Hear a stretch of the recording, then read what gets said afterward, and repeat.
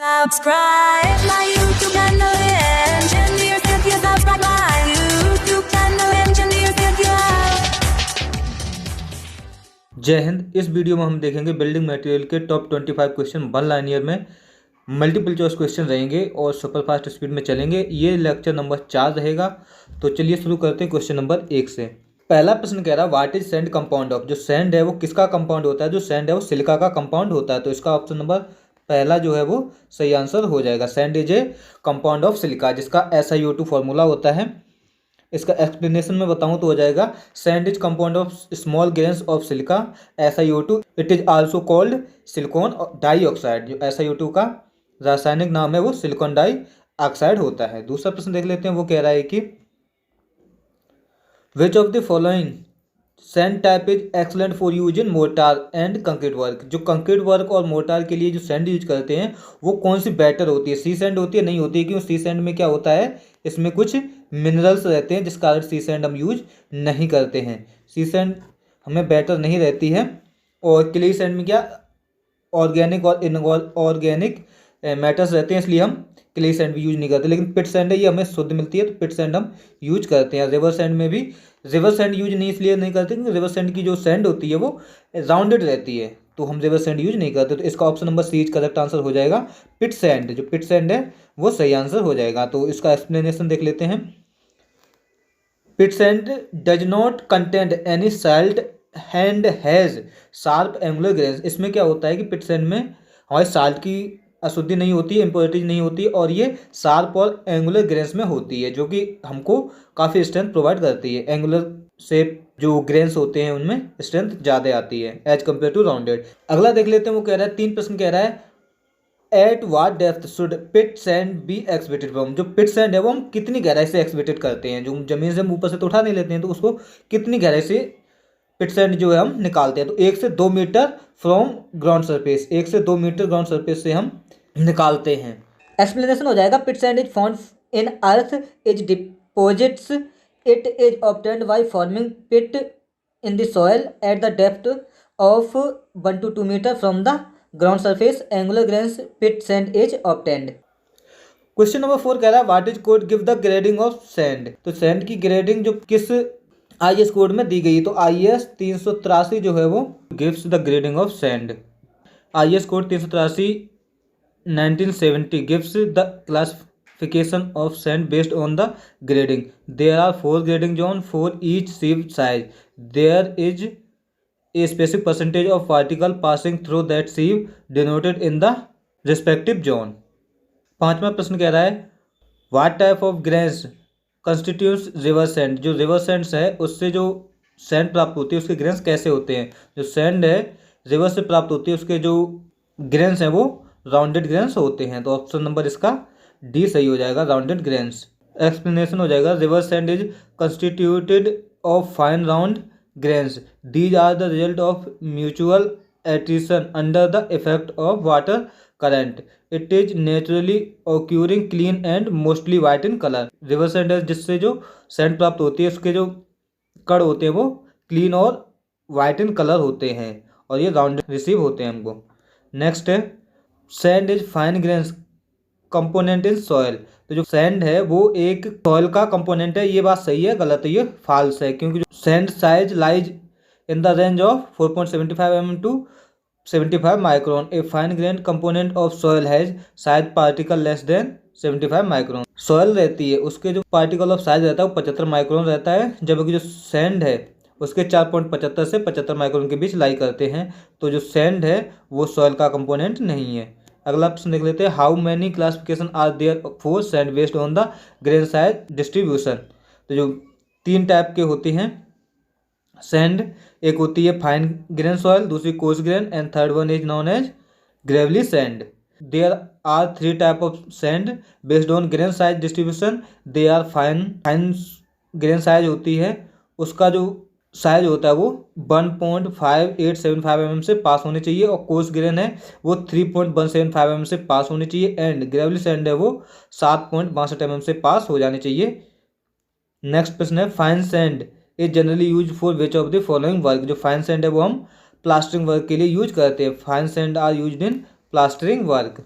Option C सही हो जाएगा। इसका एक्सप्लेनेशन हो जाएगा plastering is the act of applying a layer of plaster over a wall. It give the wall a smooth and decorative appearance, hence for achieving the smoothness fine grained sand is employed। Next प्रश्न है how is M sand produce. जो M sand है वो किसिंग granite stone यानी कि granite stone को पीस कर किसिंग करके एम सैंड बनाई जाती है। जैसे कि 10 mm और 20 mm की गिट्टी 40 mm गिट्टी बनाई जाती है, सेम उसी प्रकार से हमारी एम सैंड बनाई जाती है।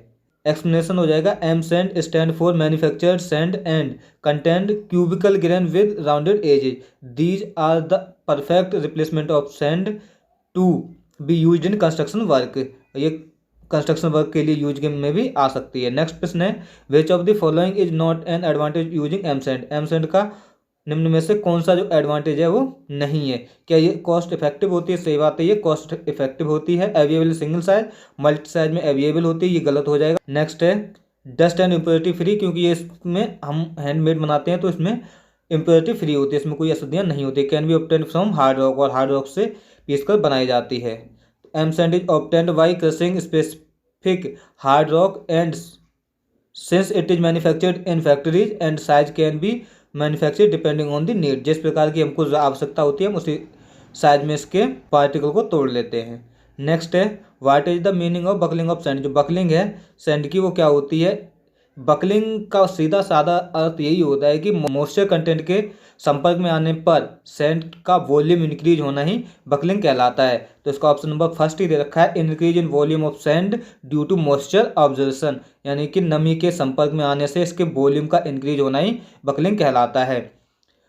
एक्सप्लेनेशन हो जाएगा इसका when water is added to sand a thin film of water is form around the sand particle. The film exert surface tension on particles making the move apart. This lead to an increase in volume because there is no direct containing among particles. 12 question है how is bulking related to moisture content. जो bulking होती है sand की वो एक निश्चित point तक ही होती है और उसके बाद अगर मॉइस्चर कंटेंट बढ़ता है तो जो वॉल्यूम है वो डिक्रीज होने लगता है। पहले तो बढ़ेगा लेकिन एक बिंदु पर जाने के बाद जो वॉल्यूम है वो डिक्रीज होने लगेगा। तो इसका ऑप्शन नंबर 20 का सही हो जाएगा increase to a certain point and then decrease, यानी कि मॉइस्चर कंटेंट बढ़ाने पर वॉल्यूम जो है वो जो बकलिंग है वो एक सर्टेन बिंदु तक तो बढ़ेगी उसके बाद घट जाएगी, और जो 6 से 10% तक ही बढ़ती है और 6% मॉइस्चर कंटेंट होने पर इसका जो वॉल्यूम है वो 30% तक इंक्रीज हो सकता है, जो नॉर्मली है वो 20 से 40% तक इंक्रीज हो जाता है। इसका एक्सप्लेनेशन हो जाएगा the volume bulking increases as sand observe moisture at about 6 to 10%। The film start breaking and the volume reduce if sand observe further moisture no bulking take place, यानी कि अगर हम फिर उसके 10% के बाद इसमें कितना ही पानी मिलाते रहें तो इसका कोई भी वॉल्यूम चेंज नहीं होगा, वो पुराने वॉल्यूम पे भी आ जाएगी। नेक्स्ट है what effect does buckling have on fresh concrete. Fresh concrete पर बकलिंग का क्या इफेक्ट पड़ता है? तो इसका यही इफेक्ट पड़ता है कि जो उसकी वर्केबिलिटी है वो इंक्रीज हो जाएगी, क्योंकि मॉइस्चर है, मॉइस्चर किसकी वजह से आता है? पानी की वजह से। पानी की अगर अधिकता होगी, अगर वाटर रेशियो ज़्यादा हो जाएगा तो वर्केबिलिटी बढ़ जाएगी। तो इसका ऑप्शन नंबर डी करेक्ट हो जाएगा वर्केबिलिटी इंक्रीजेज, यानी कि मॉइस्चर कंटेंट बढ़ेगा तो वर्केबिलिटी बढ़ जाएगी। एक्सप्लेनेशन हो जाएगा the excess water in the sand can be use to maintain water cement ratio, it improve workability and hence it is either to place fresh concrete strength in a property of harden concrete. जो strength है होती तो ये भी decrease है, लेकिन जो strength है वो हमारी कंक्रीट की हार्डनेस पर डिपेंड करती है। नेक्स्ट है what happen if buckling is not accounted for while preparing concrete. अगर हम बकलिंग को अकाउंटेड नहीं करते हैं कंक्रीट तैयार करते समय तो क्या होगा? कंक्रीट गेट हार्डन, मतलब कंक्रीट क्या है वो जल्दी हार्ड होने लगेगी। 15 क्वेश्चन कह रहा है how much percentage does the volume increase when the moisture content 5 to 10%। अगर 5 से 10% के बीच अगर मॉइस्चर कंटेंट बढ़ता है तो वॉल्यूम कितना इंक्रीज हो सकता है? तो 20 से 40% तक इंक्रीज हो सकता है सैंड का वॉल्यूम। ऑप्शन नंबर 20 का करेक्ट आंसर हो जाएगा। एक्सप्लेनेशन हो जाएगा the studies on bulking have found this result, it is visible in the graphical representation of bulking also. Next is question number 16 कह रहा है how is particle size of sand related to bulking. तो जो size of particle हैं वो buckling के कैसे proportional होते हैं, वो इन्वर्सली प्रोपोर्शनल होते हैं, क्योंकि जितना साइज बढ़ता जाएगा बकलिंग ऑफ सैंड डिक्रीज होती जाएगी। तो इन्वर्सली प्रोपोर्शनल हो जाएंगे, साइज बढ़ेगा और बकलिंग डिक्रीज होगी। एक्सप्लेनेशन हो जाएगा final particle size will have more void compare to coarser ones they tend to absorb more water and hence exhibit more bulking. Next है how does H represent in the formula use to calculate the bulking factor. जो H है, small H है, वो height of saturated sample होती है। जो formula use to calculating bulking factor होता है वो होता है H minus H upon H into 100%। H जो होती है capital H represent height to which dry sand sample is filled in jar and small H represent the height of the saturated sample. Next है bulking is the phenomena applied to both fine and coarse aggregate. ये गलत है क्योंकि bulking जो है वो only on fine grain soil पर होती है, कोर्स ग्रेन पर बकलिंग नहीं होती है। एक्सप्लेनेशन हो जाएगा bulking is possible only in fine aggregate, in coarse aggregate size of particle is large, void space is less and so water absorption is not possible up to the extent of fine aggregate. 19 question है sand does not show any bulking when. Sand में bulking कब नहीं होगी, जब वो completely saturated होगी, यानी पूरे में अगर हर वर्ड में अगर पानी भर गया है, यानी कि पानी की अधिकता ज़्यादा हो गई है, फुली सैचुरेटेड है सॉइल, तो क्या होगा उसमें कोई भी चेंज नहीं होगा उसके वॉल्यूम में, वो पुराना वॉल्यूम गेन कर लेगी। यानी कि ऑप्शन नंबर ए सही हो जाएगा। Sand does not show any bulking when completely saturated, यानी फुली सैचुरेटेड है तो उसमें कोई भी बकलिंग नहीं होगी। A completely saturated sand has no void space left to absorb any more water and undergo buckling.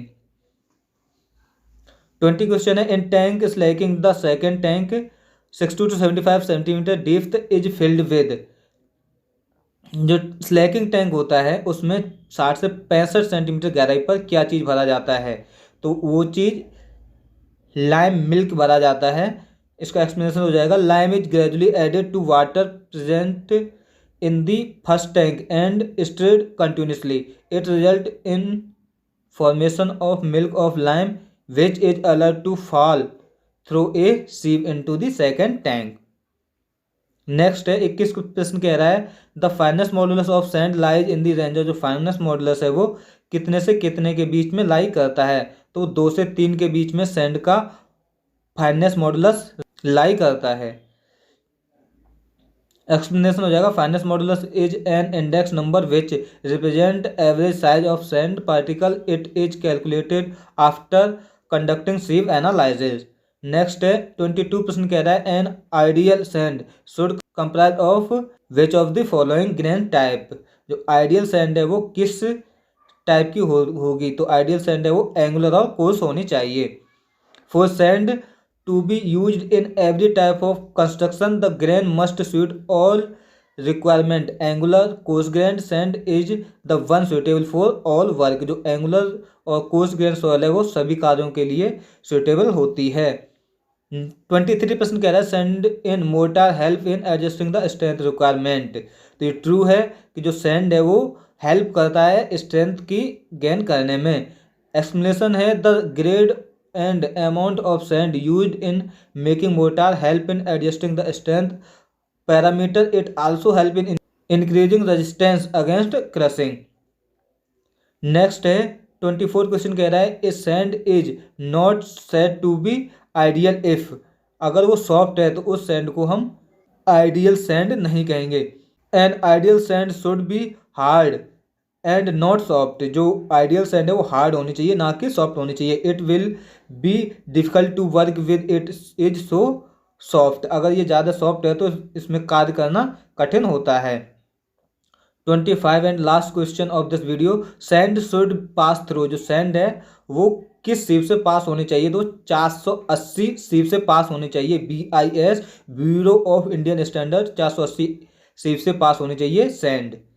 The particle size of sand is between 4.75 mm to 75 micron. BIS 480 sieve represent 4.75 mm opening। इसी के साथ ही हमारा video ख़त्म होता है। अगर video पसंद आए तो प्लीज़ कमेंट करके जरूर बताइएगा और अपने फ्रेंड के साथ शेयर कीजिएगा, वीडियो को लाइक कर लीजिएगा एंड चैनल को सब्सक्राइब जरूर कर लीजिएगा। थैंक यू, धन्यवाद।